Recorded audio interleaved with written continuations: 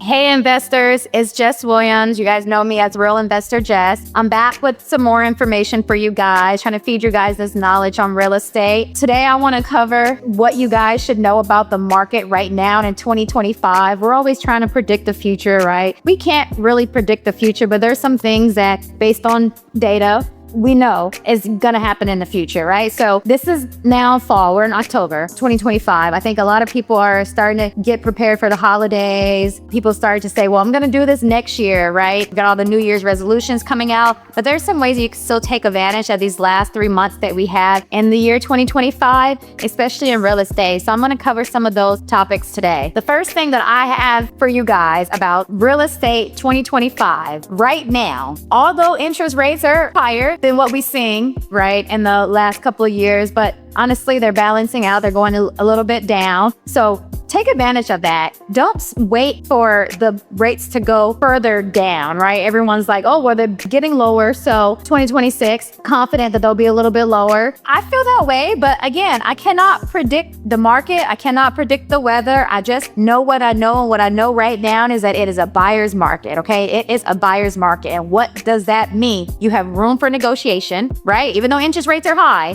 because everyone's too afraid to buy, they're totally forgetting that they can refinance later, right? There's always an option to refinance. So interest rates are high, but there is a surplus of properties right now. A lot of people that bought during the pandemic that bought high. I don't know what's happening right now at America, but I know a lot of people are unemployed. A lot of people are going through some financial hardship. And of course, we don't want to prey on these people, but this is the perfect time to come in, fix their problem, and get yourself a great deal, right? Don't worry about the interest rates. There is surplus of properties that gives you room to negotiate. You know why? Because they're competing with their neighbors, right? So when the sellers have competition, the buyers have the upper hand. That's what gives us a buyer's market, right? Too much inventory. And also, it's a buyer's market. There's not as many loans getting closed right now, right? Lenders have quotas to meet. Of course, they're not gonna just give money to anybody, right? But they're gonna bend a little bit when it comes to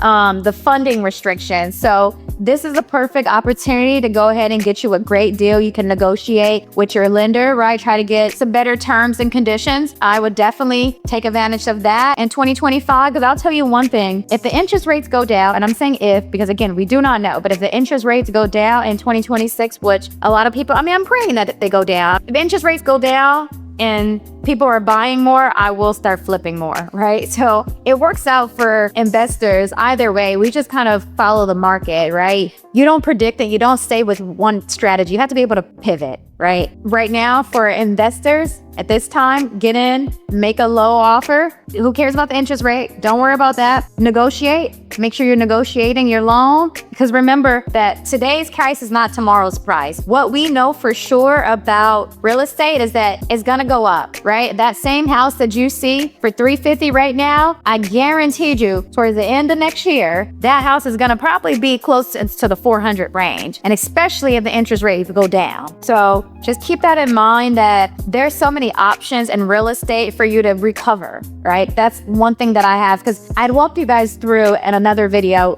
where I talked about the BRRRR strategy, and I had talked about that property that I got in St. Louis where I used the BRRRR on. Fun fact about that is that initially I wasn't even thinking about using the BRRRR on that. I was gonna just sell it. Take the $250, what my profits is after everything, and I was gonna just put that into another property because it's such a large lot. I didn't necessarily want to keep it as it. My strategy when I bought that was to do a large lump sum, but obviously I said market change. They're struggling a little bit to buy, and after putting that property on the market and not selling in the time frame that I put for myself, again, always set some boundaries for yourself to stay in, and then have a backup plan. So mine was, if this property doesn't sell within 60 days, I'm gonna just go ahead and take a loan against it, rent it out, use the money, rinse and repeat, right? So be able to pivot to the different strategies and learn how those strategies can complement each other. You'll do well. You will go very far in real estate. Just remember for 2025 that first and foremost, it is a buyer's market right now. Get in there. You're missing your opportunity because you were afraid. You're afraid of what's happening in America. You're afraid of interest rates. You're afraid if you can't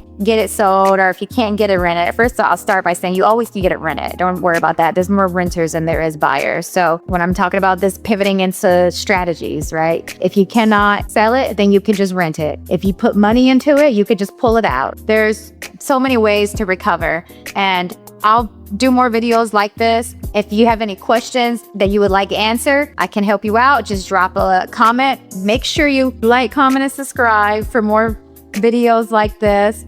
Follow me on my journey. You guys know I am still in corporate America because I had a goal before I had a goal, then the goals become the goals, and it's a tongue twister. But if you guys want to see more videos like this, just make sure that you follow along, and I can help you go from corporate to cash flow. And if you're not in corporate, I can help you go from whatever you're doing to cash flow. The key here is cash flow. And if you just want to do a couple of flips and, treat it as I would never really treat real estate as a hobby. And I think once people get into it, treat it start as a hobby. Once they realize the freedom that they can get from real estate, they're all in. And I just want to share my experience with you guys and help you through your journey. So just like, comment, subscribe, and DM me if you have any particular questions you would like answered on my next video.